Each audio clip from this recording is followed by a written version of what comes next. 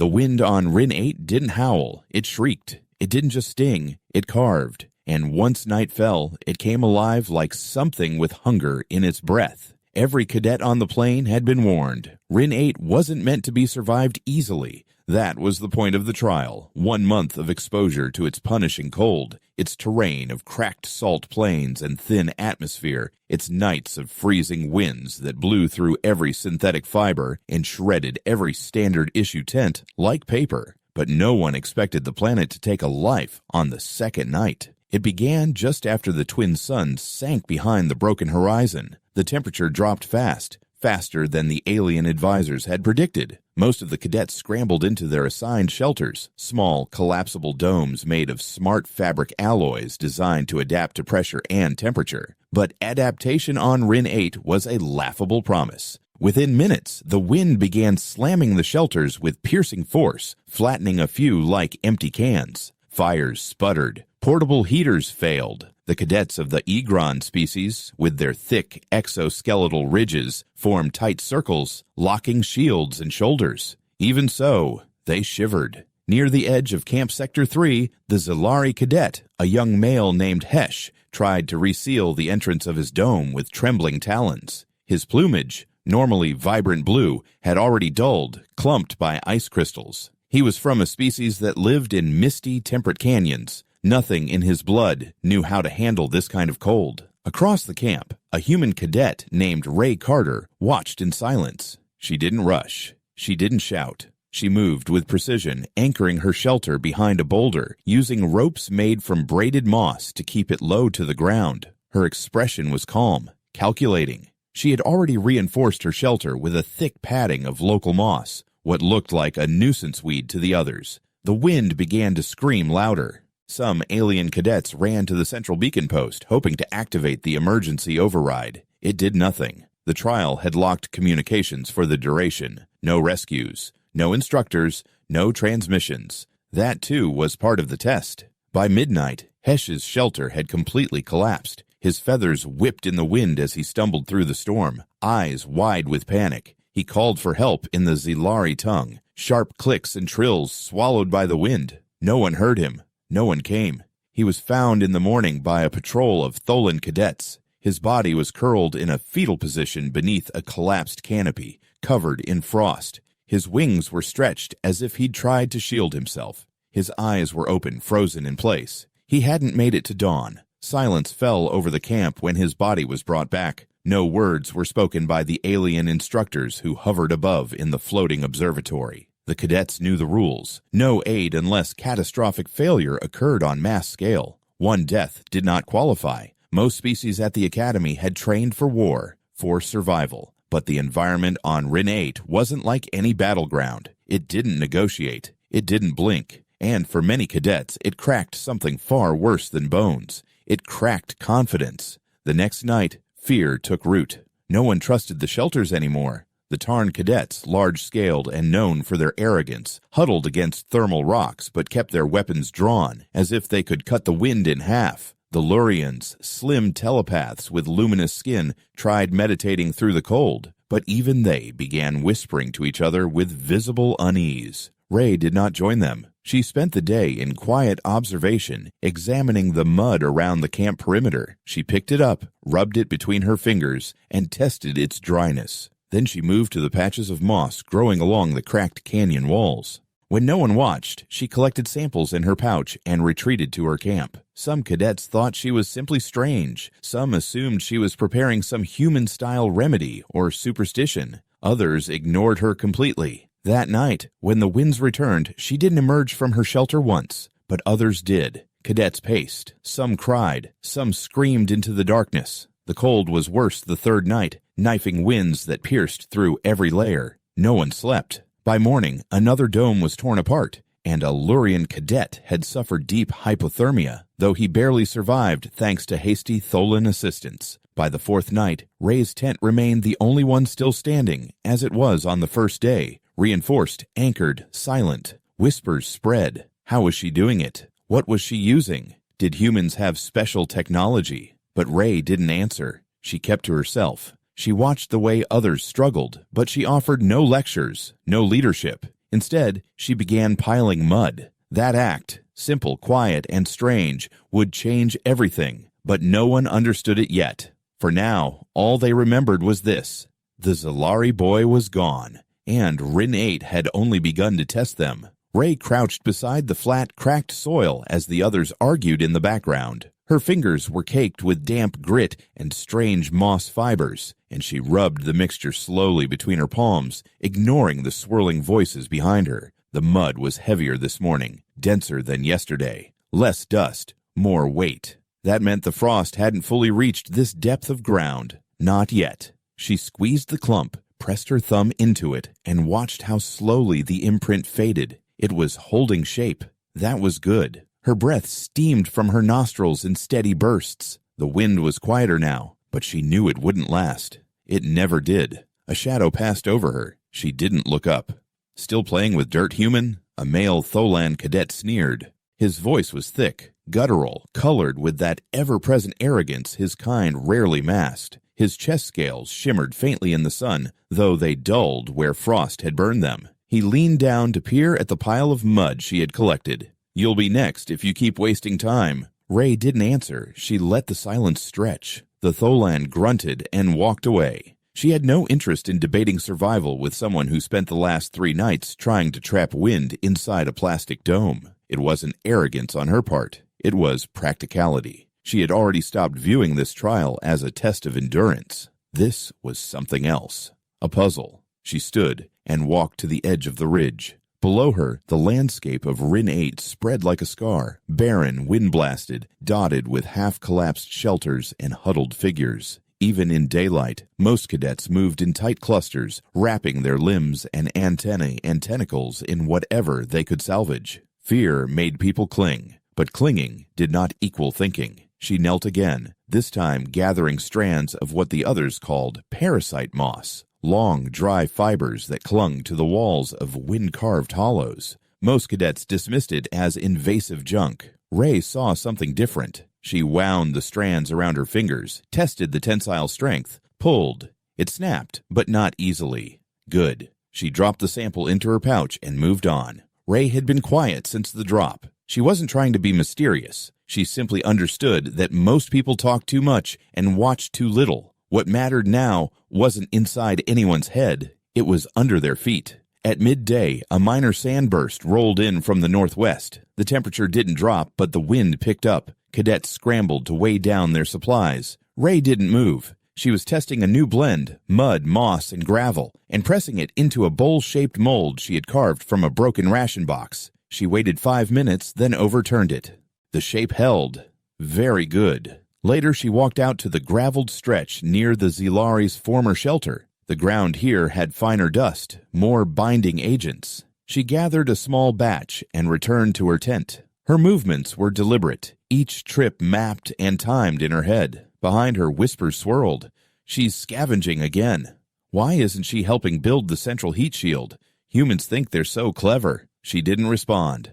That afternoon, Ray began digging. Not deep, just wide. Maybe 2 meters across and 1 foot down. The perimeter circle she carved wasn't perfect, but she corrected it with each pass. She didn't use tools, just her hands, a flat ration tray, and a shard of hardened plastiglass she'd found near the Lurian wreck pile. By evening, some cadets had stopped mocking her. Others watched with interest, curious in spite of themselves. She returned to her tent only once, grabbing a strip of protein wrap and 1 thermal pod. She ate while kneeling beside the trench, eyes fixed on the horizon. She watched how the last rays of sunlight bent over the rocks. She watched how the moss curled in the cold. She watched the way dust settled in the ridges of her dig. Then she began mixing. She poured handfuls of mud into a salvaged crate, added moss strands, crushed them together, folded gravel into the edges, and started shaping. Her fingers moved with memory more than sight. She wasn't inventing this. She was remembering it. From childhood. From Earth. The memory was faint. Her grandfather's voice pointing at a faded picture in an old book. That's a Kazakh yurt. No metal, no electricity. Just muscle and mud and wool. That's shelter. At the time, it sounded like a fairy tale. Now it felt like prophecy. She worked well past dusk. As the wind returned, she didn't retreat. She simply dropped her first curved segment into place, packing it tightly along the edge of the trench. Then another, and another. The dome wouldn't rise in one night, but she would shape its bones now. In the darkness, some cadets paced near their flickering heat towers. Others tried to stabilize their damaged tents. A few stood motionless, just watching Ray in disbelief. She heard one voice whisper, "Is she building a wall?" No one answered. Far above, the floating observation platform blinked its red lights. The instructors never interfered, but they watched everything.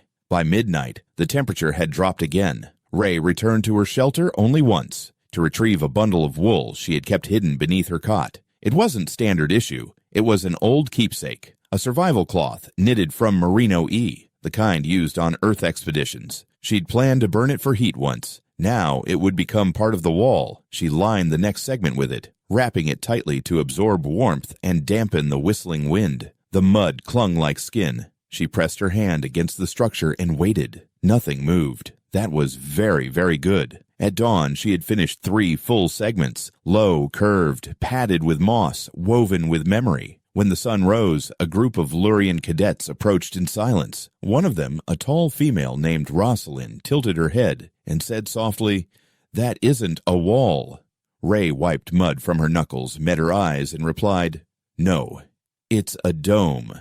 Then she turned and began mixing again. Ray felt the ache in her hands before she opened her eyes. Her fingers were swollen, raw at the knuckles, and streaked with dried earth. When she curled them into a fist, her skin cracked, but she didn't wince. She simply pulled on her gloves, thin, cracked from exposure but still intact, and stepped outside. The wind had calmed for now. A cold silence hovered over the plain, broken only by the crunch of frost beneath boots and the distant clang of a metal support beam tumbling from someone's broken shelter. She didn't turn toward the sound. Her focus was locked on the half-circle taking shape before her. The dome was no longer a theory. It was rising. The segments she'd shaped the previous day had hardened overnight. Not fully, but enough to hold. Ray ran her palm along the curve, pressing gently. It didn't buckle. The combination of moss strands, grit, and the fine frost-packed mud had bonded well. Better than she'd hoped. She marked the next arc on the perimeter and knelt to dig. Her movements were slower today. Her body had begun to resist her. Her shoulders burned, and the muscles in her lower back clenched with every motion.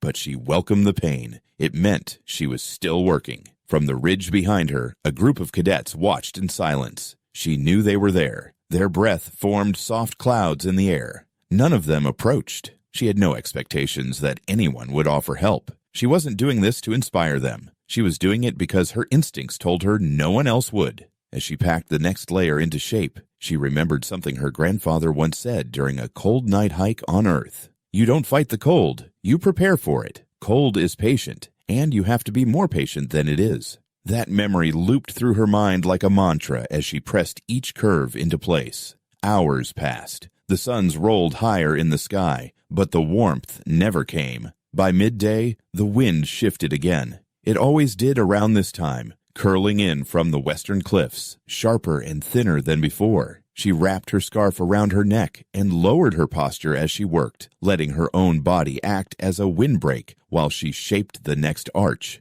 A shadow passed over her again. She paused, not lifting her head. "Why do you keep doing this alone?" asked a soft voice, nearly lost to the wind. It was Rosalind, the Lurian cadet who had spoken to her the day before. The woman's long arms were folded across her shimmering cloak, her luminous skin dimmed slightly by fatigue. She didn't look hostile, only curious. Ray brushed mud from her forearms. "Because no one else will." The Lurian tilted her head. "Maybe you should explain what it is. Some think it's a weapon." Ray didn't laugh. "It's not." "What is it then?" Ray looked up at the incomplete shape. "It's a place to sleep."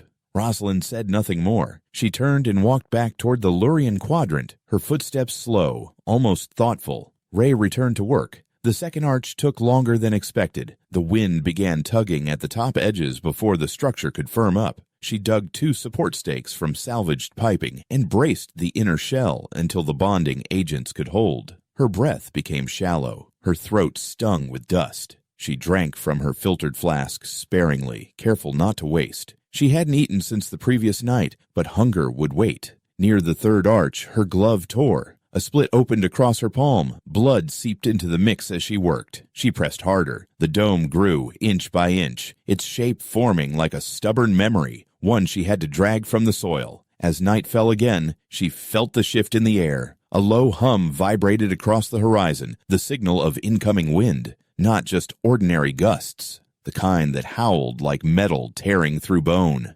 Another storm. She didn't stop.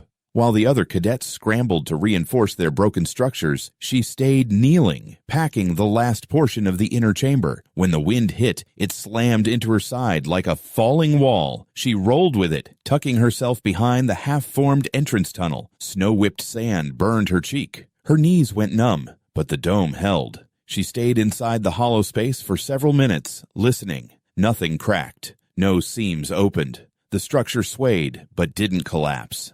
The wall behind her held her weight. She was protected on 3 sides, insulated by nothing but the dirt, fibers, and will she had pressed into form. It was enough.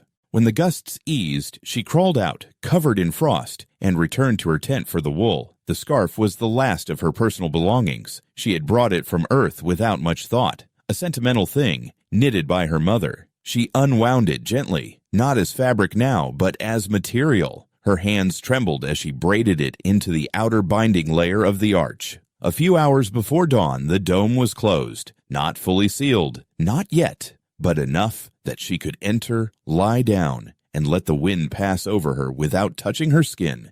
She stepped inside. The space was tight, barely tall enough to sit. The floor was lined with dry moss and a thin thermal mat. No heaters, no light, just silence. She lay back, exhaled, and closed her eyes. For the first time in 6 nights, she slept. The wind shrieked again that night, louder than before, tearing through the plain like claws through cloth. Tents rattled, poles bent, and makeshift shelters collapsed in bursts of sand and sound. Somewhere near the western ridge, a heat shield blew loose and skittered across the gravel like a broken wing. Cries echoed in the dark, muffled, tired, resigned. The cadets had no strength left to panic. Exhaustion had dulled even fear. Inside her dome, Ray stirred. The walls moaned under pressure but didn't give. A few flecks of frost blew in through a tiny gap near the entrance tunnel, but she didn't move to block it. She was too warm to care. Her breath didn't fog in front of her face anymore. The inside of the dome was holding heat. Her own body heat, layered with trapped warmth from the moss bedding and wool-lined curves.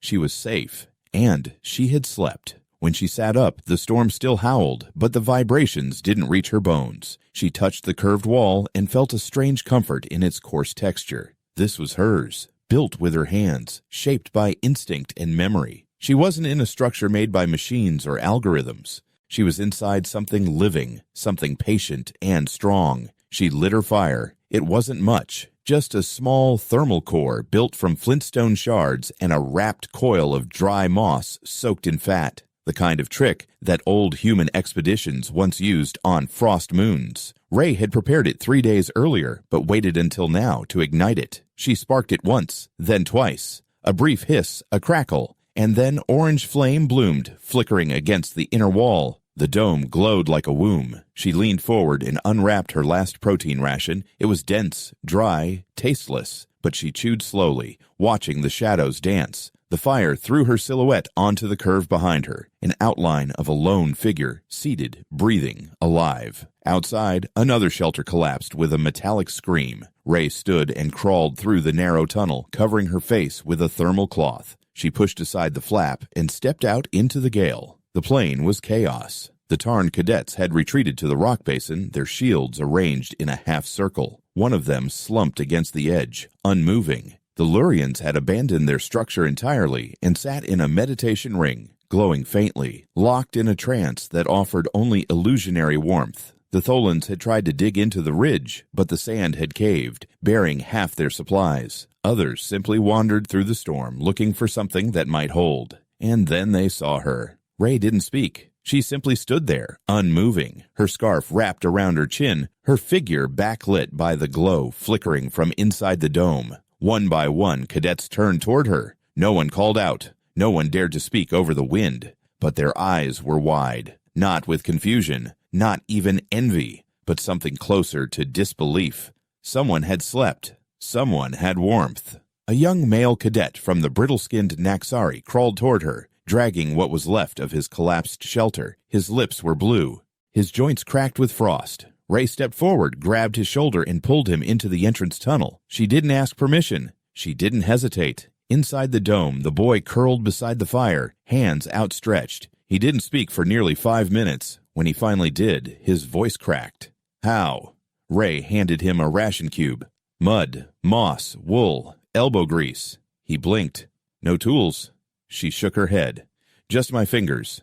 He stared at her as if she had just spoken magic. Another gust shook the ridge. By sunrise, 3 more cadets had crawled to the dome. One from the insectoid quarry, one Tholan, and a young Igrayan who had lost her heat pack and barely stood. Ray let each of them in without a word. She didn't smile, didn't explain, didn't preach. She simply handed out dried moss to wrap themselves and pointed at the fire. Raistlin came at mid-morning. The Lurian female entered slowly, head bowed. Her skin pulsed a pale violet, the color of humility in her species. She took a place near the curve, watching the flame dance over the dome's inner wall. I dreamed of this place 2 nights ago, she said. I thought it was a hallucination. It wasn't, Ray said simply. The Lurian studied the structure with growing awe. The bonding agent, what holds it? Frost, pressure, fiber, Ray said. You have to work fast before the topsoil dries. The Lurian glanced at the others. You did this alone? Ray nodded. Then let me help you finish it. Ray met her eyes. It's already finished. The Lurian tilted her head. No, this is only the first. The others nodded slowly. And in that silent agreement, something shifted, not just in the air, but in the entire shape of the trial. The challenge was no longer about surviving. It was about building. Ray stood, walked to the entrance, and gazed at the stormlight dancing over the ice plains. We'll need more moss, she said, and mud from the river cut. The Naxari boy sat up straighter. I can collect gravel. The Tholan female flexed her clawed hands. I can dig. The quarry clicked his mandibles once. I'll reinforce the arches. Ray nodded. Then we start at dusk. For the rest of the day, they didn't rest. They built.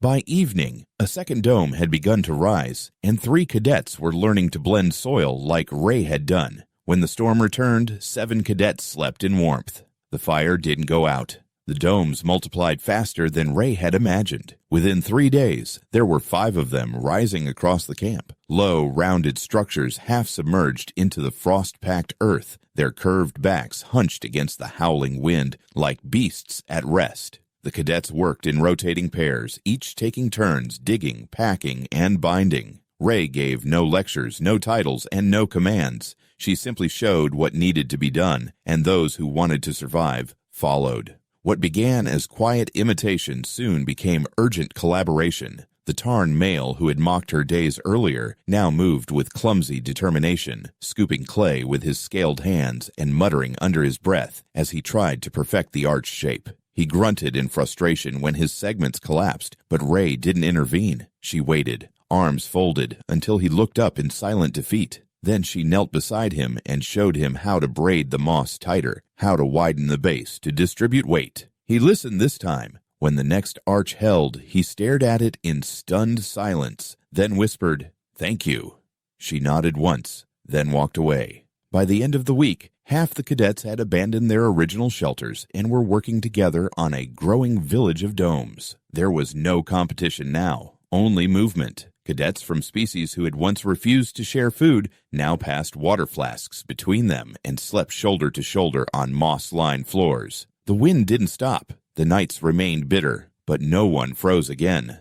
From above, the floating instructor platform hovered in silence. Its red lights blinked slowly, scanning the terrain, watching. No orders came. On the 9th night, the largest storm in the test cycle struck Rin 8 without warning. The skies darkened like bruises, and the wind screamed with a force that shattered the few remaining manufactured tents still standing. Entire shelters were flung across the plains. Signal towers bent like blades of grass. One cadet was caught mid-run, knocked flat into a ravine, and pulled to safety by a Lurian female who dove after him without hesitation. Inside the domes, the firelight flickered but held. Ray sat with her back against the far curve of her original dome, her eyes half closed, her hands wrapped in thick moss bindings. Around her, 7 cadets from 5 different species huddled close. None of them spoke. They didn't need to. The storm screamed outside. Inside, it was quiet. In the early hours of morning, after the storm had passed, the first real silence settled over the camp. A hush that wasn't born of fear, but awe. Outside the domes, the landscape had changed, flattened in places, scoured in others. The rocks were shifted, and shallow gullies had formed where the wind dragged layers of dust into new shapes. But the domes remained. All of them. Not one had collapsed. Ray stepped outside, squinting against the pale sunlight. Her breath still misted in the air, but she didn't shiver. Her coat was stiff with frost, and her knees ached from days of crouching. But the cold felt distant now, like something that no longer held power over her. She walked across the camp. The Tarn cadet waved as she passed. She nodded. The Igrayan girl held up a new support beam, grinning proudly through chapped lips. Ray gave her a thumbs up. The quarry cadet had shaped a decorative swirl into the top of his dome, a flourish she never would have added herself. She didn't mind. This was no longer about her. Near the river ridge, a new dome was nearly complete. Raceland stood over it, guiding 2 others through the final sealing technique. When she saw Ray, she beckoned her over. "This one will hold 10, the Lurian woman said. "We used your double curve method." Ray knelt and ran her hand along the outer wall. The pressure was even. The binding moss was woven tight. The angles of the curve were shallow and efficient. It would last. "It's good," Ray said. "Better than mine." Rosalind smiled. "Yours showed us the path." Ray stood and looked across the plain. The domes dotted the landscape now. Simple, strong, alive with firelight and breath. They weren't just shelters. They were answers. The trial had never been about surviving the cold. It had been about surviving each other, about overcoming isolation, arrogance, and fear. And she had done that, not by force, not by invention, but by remembering something ancient and forgotten. Earth's old ways had spoken through her hands, and the galaxy had listened. At midday, the instructors descended. It was the first time since the trial began that any of them had stepped onto the ground. The lead assessor was a tall, glimmer-skinned male from the Council of Trials, his uniform wrapped tight against the cold. He walked through the village without speaking, followed by a small entourage of silent observers. His gaze moved over the domes, the packed walls, the communal fire pits. He passed the broken towers and the abandoned tech shelters without a word. He stopped in front of Ray. She didn't salute. She stood with her hands clasped behind her back, her coat stiff with dust and ash. "You are not given tools," he said, his voice smooth, but weighted. "No. You are not told to build." "I wasn't told not to." The assessor's gaze lingered. This was meant to test individual survival. Ray tilted her head. Then the test failed. He didn't reply at first. Then he turned slowly, gesturing toward the others. "No species has ever built permanent shelter here. Not in this way. The cold usually shatters them, mentally, physically. What made you believe this would work?" She looked at her dome, then at her fingers, still scarred, still healing. "I didn't believe," she said. "I remembered." The assessor nodded once slowly. "We will have to rewrite this module," he said. "There will be changes." He walked away without ceremony. That night, the last dome was completed. 40 cadets gathered in the center of the makeshift village around a single shared flame. Food was rationed, laughter was heard, quiet, tired, real. No instructors hovered, no trials loomed, just firelight on curved walls and breath warming the air. Ray sat near the edge, watching it all. She didn't speak much. She didn't need to. She had built more than shelter. She had built a way forward, and it would last long after the frost faded from her hands.